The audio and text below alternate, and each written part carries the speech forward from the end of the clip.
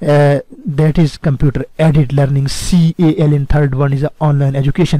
یہ 3 ایسے میتھڈ ہیں, یہ ایسے ویز ہیں جن کے ذریعے آپ کمپیوٹر کا استعمال کرتے ہیں اپنی ایجوکیشن کو جاری رکھنے کے لیے. CBT کیا ہے؟ بہت آسان لفظوں میں کمپیوٹر بیسڈ ٹریننگ کو اگر میں سمجھانا چاہوں تو کمپیوٹر کا استعمال کرتے ہوئے آپ بہت سارے لیکچرز بناتے ہیں, مختلف کورسز بناتے ہیں, اور اپنے اسٹوڈنٹس تک وہ course in the form of CDs, DVDs یا USBs, یعنی یا تو USB فلیش کے ذریعے وہ پروگرام اسٹوڈنٹس کو دیتے ہیں یا CD یا DVD کے ذریعے اسٹوڈنٹ کو دیتے ہیں, اور اسٹوڈنٹ دوسرے اینڈ پر ان کو سنتے ہیں اور سن کر اپنی ایجوکیشن کو امپروو کرتے ہیں, بہتر کرتے ہیں. اس طرح کی جتنی بھی ٹریننگ ہوتی ہے اس طرح کی ٹریننگ کو کمپیوٹر بیسڈ ٹریننگ یا CBT کہتے ہیں. آپ CDs کی صورت میں کسی بھی طرح کا میٹیریل دے سکتے ہیں, وہ گرافکس بھی ہو سکتی ہے, وہ ساؤنڈ بھی ہو سکتی ہے, وہ آڈیو لیکچرز بھی ہو سکتے ہیں, وہ ویڈیو لیکچرز بھی ہو سکتے ہیں. لیکن آپ نے یاد رکھنا ہے کہ CBT میں آپ نے جو لیکچر اسٹوڈنٹ تک پہنچانے ہیں وہ ان دی فارم آف CD, DVD یا USB کے ذریعے پہنچانے ہیں. آن لائن یعنی انٹرنیٹ کی موجودگی اس کے لیے ضروری نہیں ہے. اس کے بعد اسٹوڈنٹس آگے ہے computer aided learning. Computer aided learning کیا ہے؟ Is the process of using information technology to help teaching and enhance learning process. یعنی کمپیوٹر ایڈڈ لرننگ میں ڈیفینیٹلی اگر ٹیکنالوجی کا استعمال ہے تو انٹرنیٹ کا استعمال بھی ہے. تو اس طرح ہم کہہ سکتے ہیں کہ کمپیوٹر ایڈڈ لرننگ میں کمپیوٹر اور انٹرنیٹ کا استعمال کرتے ہوئے سیکھنے اور سکھانے کا عمل جو ہے وہ کمپیوٹر ایڈڈ لرننگ کہلاتا ہے. The use of computer can reduce the time that spend on preparing teaching material.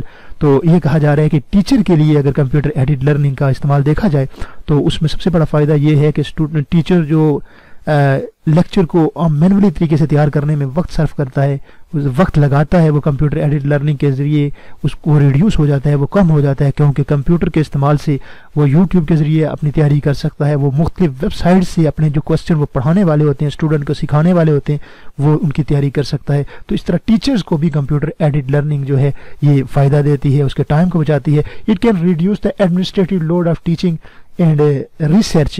یہ ریسرچ کیونکہ ایک ٹیچر جب پڑھاتا ہے تو اچھی خاصی ریسرچ کرتا ہے اس ٹاپک کے حوالے سے, تو کمپیوٹر ایڈڈ لرننگ جو ہے اس کی ریسرچ کو کم کر دیتی ہے. اس کا وہ ایزیلی کسی بھی ٹاپک کے حوالے سے سرچ کرنا چاہتا ہے تو وہ ایزیلی آسانی سے گوگل کر سکتا ہے, گوگل پر اس کے آنسر کو ڈھونڈ سکتا ہے, اس کوسچن کے آنسر کو ڈھونڈ سکتا ہے جو وہ جاننا چاہتا ہے. اور اگر انٹرنیٹ نہیں ہے, کمپیوٹر ایڈڈ لرننگ وہ استعمال نہیں کر رہا ہے, تو ڈیفینیٹلی اس کے لیے بکس کو چھانٹنا پڑے گا, بکس کو کھنگالنا پڑے گا, جو خاصا مشکل اور لمبا پروسیس ہے. The use of multimedia projector and slides to improve the quality of teaching.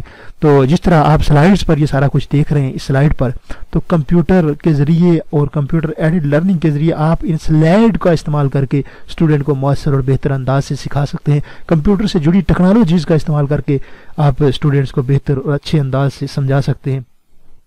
It has also help the learning process. اور یہ کمپیوٹر ایڈڈ لرننگ جو ہے یہ لرننگ کے پروسیس یعنی سیکھنے کے عمل کو بھی آسان بنا دیتی ہے. یقیناً آپ کے لیے کمپیوٹر ایڈڈ لرننگ نے آپ کی کلاسز کو جاری رکھنا آسان بنا دیا, ممکن بنا دیا.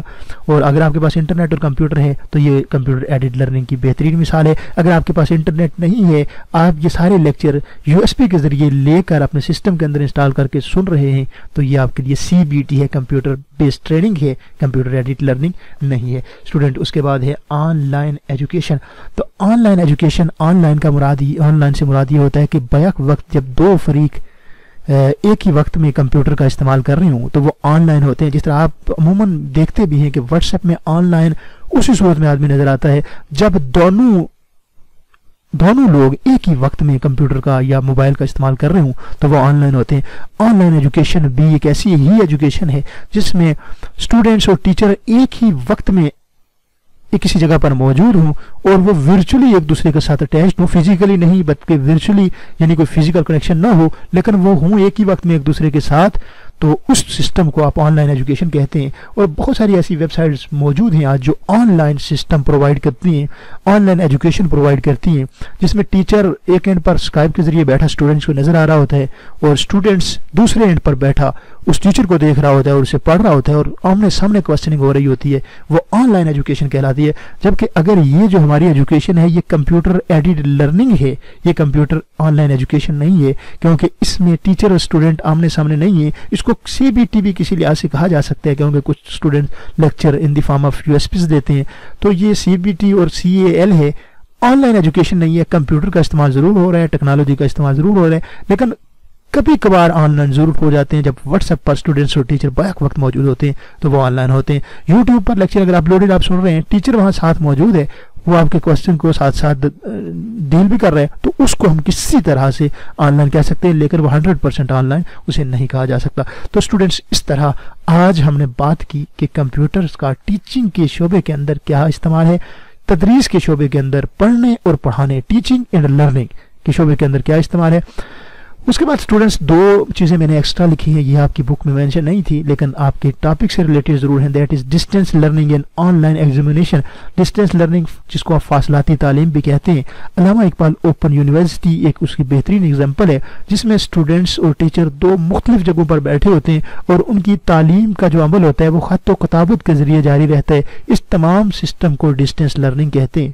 اور آن لائن ایگزامینیشن کا مطلب یہ ہے کہ آپ کسی دوسری جگہ پر بیٹھ کر کوئی اگر ایگزام اٹیمپٹ کر رہے ہوں تو آن لائن ایگزامینیشن کہتے ہیں. مجھے اس طرح ایک طرح کے ایگزام کا تجربہ ہے, مائکروسافٹ آفس سرٹیفکیشن کے میں نے کچھ ایگزام دیے تھے, وہ آن لائن ہوتے تھے. ان کی اپنی ایک ویب سائٹ ہوتی ہے, اس ویب سائٹ پر آپ آن لائن جا کر جو آپ کے پاس ووچر ہوتا ہے اس کا وہ ایکٹیویشن نمبر ڈالتے ہیں, وہ آپ کا ایک پیپر وہاں پر اوپن ہوتا ہے 45 یا 50 منٹ کا, آپ نے اسی ٹائم کے اندر اس کو سبمٹ کرنا ہوتا ہے, اور سامنے کیمرہ بھی لگا ہوتا ہے, دوسرے ہینڈ پر آپ کو پراپر مانیٹر بھی کیا جا رہا ہوتا ہے کہ کسی طرح کی چیٹنگ نہیں ہو رہی ہے. تو یہ سسٹم جو ہے اسٹوڈنٹس آن لائن ایگزامینیشن کہلاتا ہے.